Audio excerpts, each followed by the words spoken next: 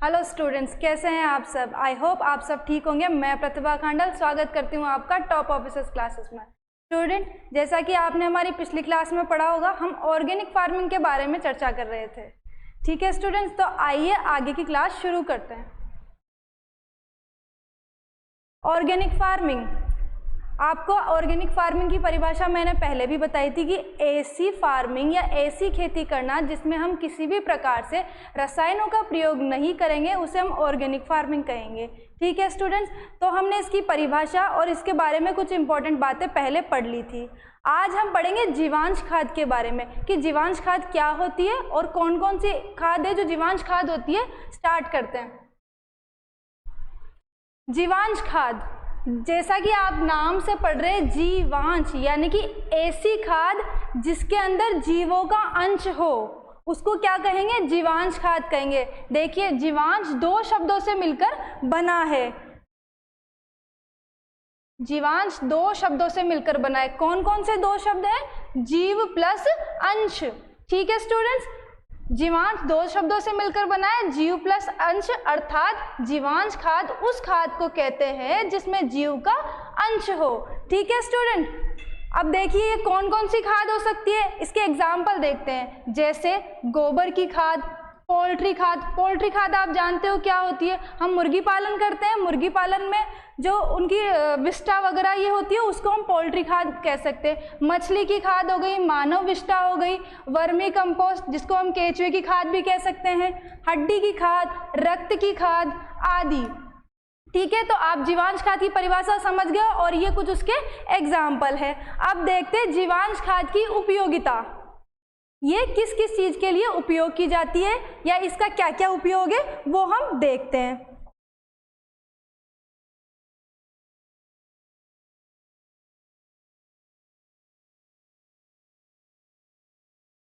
देखो, जीवांश खाद की उपयोगिता। भारतीय मृदा में कार्बन की कमी है। किस चीज की कमी है? कार्बन की।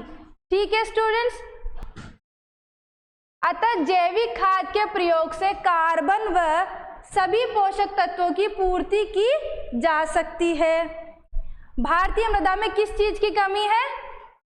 कार्बन की कमी है। अतः जैविक खाद, जो हम जैविक खाद जिसे हम बोलते हैं, उस खाद से क्या कर सकते हैं? उन सभी कार्बन व पोषक तत्वों की पूर्ति हम कर सकते हैं। जैसे अब देखिए, भारतीय मृदा में किस किस चीज की कमी है। भारतीय मृदा में 47% जो है जस्ता की कमी है, 11% लोहा की कमी है, 4% मैग्नीज की कमी है। अतः इन तत्वों की पूर्ति हेतु जीवांश खाद क्या है?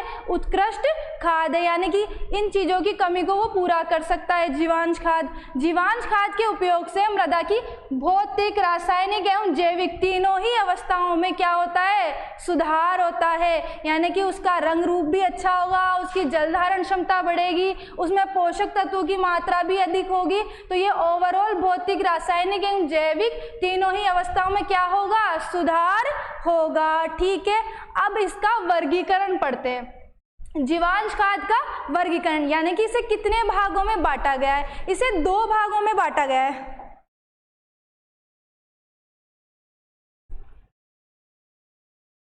देखिए, जीवांश खाद को कितने भागों में बांटा गया है? दो भागों में बांटा गया है। कौन कौन से हैं? स्थूल कार्बनिक खाद है और सांद्र कार्बनिक खाद है। देखिए, सॉरी,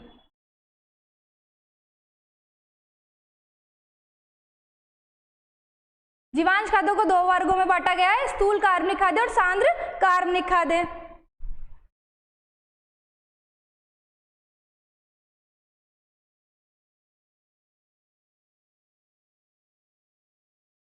पहले स्थूल कार्बनिक खादों को समझते हैं। ऐसी जीवांश खादों में कार्बनिक पदार्थ की मात्रा अधिक एवं पोषक तत्वों की मात्रा क्या होती है? कम होती है। देखिए दोबारा, कार्बनिक पदार्थ की मात्रा तो क्या होगी?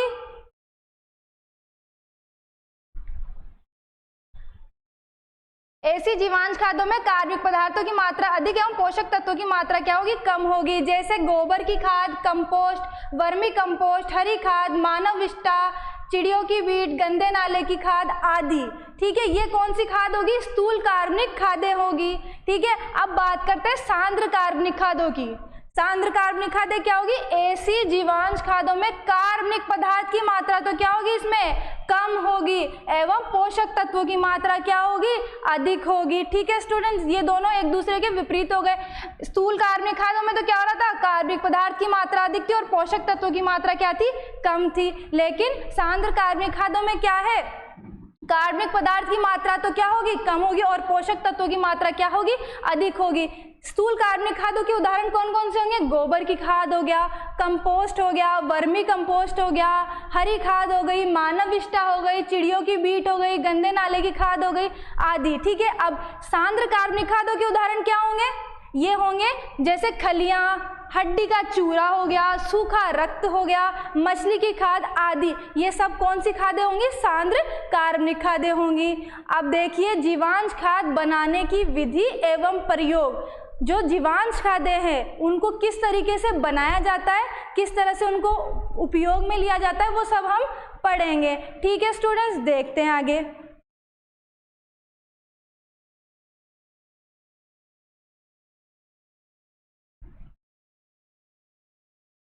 सबसे पहले गोबर की खाद, सबसे पहले कौन सी खाद पढ़ेंगे हम, गोबर की खाद पढ़ेंगे। अब गोबर की खाद में जो है मुख्य रूप से कौन कौन से घटक होंगे, घटक से मतलब है कौन कौन सी ऐसी चीजें हैं जिससे मिलकर वो बना होगा, तो वो कौन कौन सी चीजें हैं। सबसे पहले गोबर, ठीक है, उसके बाद दूसरा क्या होगा, मूत्र होगा, तीसरा क्या होगा, बिछावन होगी। ठीक है, बिछावन।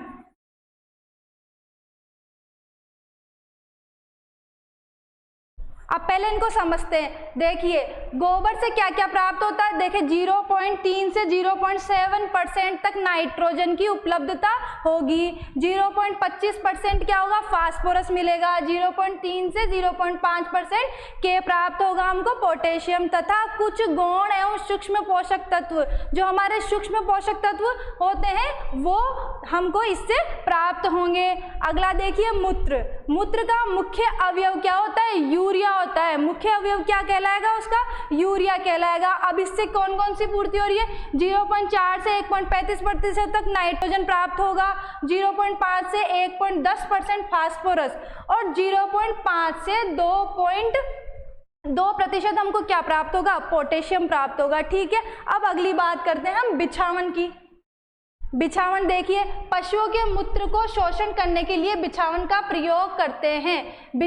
बिछौना में पौधे के लिए आवश्यक पोषक तत्व भी उपलब्ध अवस्था में पाए जाते हैं। बिछावन से खाद के ढेर में वायु का संचार अच्छा होता है, जिससे जीवाणु की क्रियाशीलता बढ़ती है तथा खाद सड़ने में मदद मिलती है। सबसे पहले बिछावन को समझेंगे कि बिछावन होता क्या है। आपने देखा होगा जब जहाँ हमारे जानवर होते हैं, जहाँ उनको बांधा जाता है, उसके नीचे हम क्या करते हैं, कुछ फसल के अवशेष, थोड़ा सा गोबर वगैरह ये डाल के वहाँ पे जो है उनके लिए एक बिछौना तैयार किया जाता है, उसी को हम बिछावन कहते हैं। बाद में क्या किया जाता है, उसको इकट्ठा करके इन सबके साथ में मिक्स कर दिया जाता है। ठीक है, अब देखिए इसको बनाने की विधि देखते हैं। वर्तमान प्रचलित विधि, संशोधित गड्ढा विधि और ट्रेंच विधि। यानी कि जो FIM होगा, हमारा गोबर की खाद यानी FIM होगा, वो कितने प्रकार से बन सकता है, 3 प्रकार से बन सकता है। पहला है वर्तमान प्रचलित विधि, दूसरा होगा संशोधित गड्ढा विधि और तीसरा होगा हमारा ट्रेंच विधि। ठीक है स्टूडेंट्स, अब देखते हैं एक एक को हम अच्छे से डिटेल में समझेंगे। सबसे पहले आपको एक चीज बताती हूँ, मैं FYM भी बोलते हैं गोबर की खाद को। क्या बोलते हैं, FYM। ठीक है, कभी जैसे गोबर की खाद ना आके FIM आ जाए तो आप कंफ्यूज ना हो, फार्म यार्ड मैन्योर। ठीक है स्टूडेंट्स, आगे देखते हैं। पहला है वर्तमान प्रचलित विधि। आप लोगों ने अपने गांव में या अपने इलाकों के आसपास देखा होगा कि गोबर की जो है ढेर लगे रहते हैं, देखा होगा सभी ने, तो वही क्या है, वर्तमान प्रचलित विधि, हम उसी को बोलेंगे। ठीक है, इस विधि से प्राप्त खाद में पोषक तत्वों की मात्रा क्या होती है, कम होती है। यह दोषपूर्ण विधि है, इसमें क्या होती है, बहुत सारी कमियां होती है, बहुत सारे दोष होते हैं इसके अंदर। ठीक है स्टूडेंट, इस विधि में मिट्टी द्वारा सूख गया मूत्र गोबर को खुले गड्ढों में एकत्रित किया जाता है। जैसा अभी मैंने थोड़ी देर पहले बताया, इसको क्या रखा जाता है, खुले में रखा जाता है, जिसकी वजह से इसके पोषक तत्व जो होंगे वो क्या हो जाएंगे, वो कम हो जाएंगे। ठीक है, और जो है इसके अंदर आपके जो सूक्ष्म जीव होंगे वो भी ठीक प्रकार से अपघटन नहीं कर पाएंगे। वर्तमान प्रचलित विधि आपने पढ़ लिया। इस विधि से प्राप्त क्या होता है, पोषक तत्वों की मात्रा में क्या होती है, कमी होती है और ये दोषपूर्ण होती है। अगला देखते हैं संशोधित गड्ढा विधि।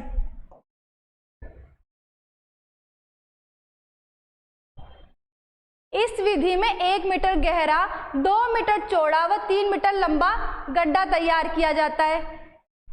इसमें क्या किया जाता है, एक गड्ढा तैयार किया जाता है। रेतीली मृदा में यह गड्ढे पक्के भी बनाए जा सकते हैं। अब जरूरी नहीं है कि गड्ढा कच्चा ही हो, कुछ ऐसी मिट्टियां होती है जैसे रेतीली मिट्टी होती है, उसके अंदर क्या होता है कि वो अपक्षालन की क्रिया द्वारा वो क्या हो सकता है, नीचे रिसकर जो है जा सकता है। इसलिए जो है आप उसे पक्का भी बना सकते हैं कि रेतीली मृदा में यह गड्ढे क्या बनाए जाते हैं, पक्के बनाए जाते हैं, जिससे पोषक तत्व रिसकर दूसरे स्थान पर ना पहुंच सके। ठीक है, इस विधि में सर्वप्रथम क्या करते हैं, 10 से 20 सेंटीमीटर की बिछावन लेते हैं। सबसे पहले नीचे नीचे हम क्या बिछाएंगे, बिछावन बिछाएंगे। इसके पश्चात गोबर की व मूत्र की 75 से 100 सेंटीमीटर की परत को बिछाते हैं। यह परतें तब तक बिछाई जाती है जब तक कि गड्ढा ढेर की ऊंचाई से 50 सेंटीमीटर ऊपर ना हो जाए। देखिए क्या करते हैं, इसके अंदर एक गड्ढा तैयार करते हैं। गड्ढे के अंदर पहले बिछावन बिछाएंगे, उसके बाद गोबर और मूत्र की जो है परतें लगाई जाएगी, और जब तक लगाई जाएगी जब तक वो गड्ढा अपनी लिमिट से 50 सेंटीमीटर ऊपर ना आ जाए। ठीक है, इसके पश्चात ढेर पर क्या लगा देंगे, मिट्टी डालकर लेप कर देंगे उसका। इसके पश्चात ढेर पर मिट्टी डालकर हल्का पानी छिड़क देते हैं, और यह खाद क्या होती है, 4 से 6 महीने में तैयार हो जाती है। ठीक है स्टूडेंट, ये हो गई हमारी संशोधित गड्ढा विधि। अब बात करते हैं ट्रेंच विधि की। ट्रेंच विधि क्या होती है, इसको हम खाई भी बोल सकते हैं ट्रेंच को एक तरीके से। देखिए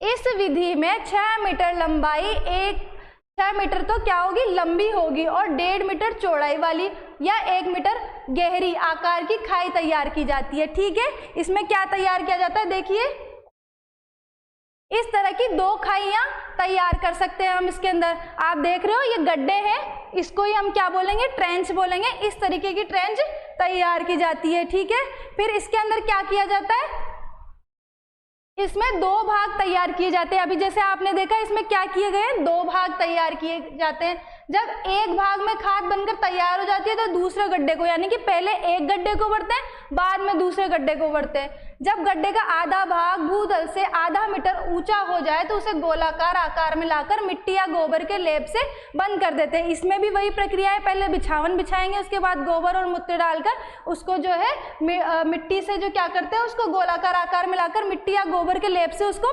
बंद कर देते हैं। ठीक है, इस खाद में क्या होता है, नाइट्रोजन की मात्रा क्या होती है, अधिक होती है। ठीक है स्टूडेंट्स, इस खाद में क्या होती है, नाइट्रोजन की मात्रा अधिक होती है। दोबारा देखिए इसके अंदर दो ट्रेंच तैयार की जाती है। पहले एक ट्रेंच को भरी जाती है, बाद में दूसरे ट्रेंच को भरी जाती है। क्योंकि इससे क्या होता है कि जब तक आप दूसरे एक ट्रेंच मतलब दोनों एक साथ भरने में तो क्या दिक्कत होगी, आपको दोनों एक साथ एक टाइम पे खाद मिलेगी। अगर एक एक करके भरेंगे तो जब एक भरेगा भर जाएगा और दूसरा भरना चालू करेंगे तब कुछ टाइम बाद आपको पहले गड्ढे से क्या मिल जाएगी, खाद मिल जाएगी। इसलिए चलता रहेगा, रोटेशन चलता रहेगा। इसीलिए इसके अंदर इस तरीके से 2 ट्रेंच तैयार की जाती है। ठीक है स्टूडेंट, और इस वाली खाद में क्या होती है, नाइट्रोजन की अधिकता होती है। आज हमने FYM बनाने की विधि और उसके जो वर्गीकरण है, कौन कौन से प्रकार की होती है, वो पढ़े। अब अगली क्लास में हम अगली खाद पढ़ेंगे। तब तक के लिए आप पढ़ते रहिए और नोट्स बनाते चलिए। ठीक है, आपको क्या है, नोट्स बनाते हुए चलना है। बाद में आपके लिए बहुत लोड पड़ जाएगा, एक साथ जब आप पूरा कोर्स पढ़ोगे तो दिक्कत हो जाएगी। इसलिए आप अभी से पढ़ते हुए चलिए और साथ में जो मेन पॉइंट है उनको लिखते हुए चलिए ताकि आपको समझ में आ जाइए। ठीक है स्टूडेंट्स, पढ़ते रहिए। Thank you so much.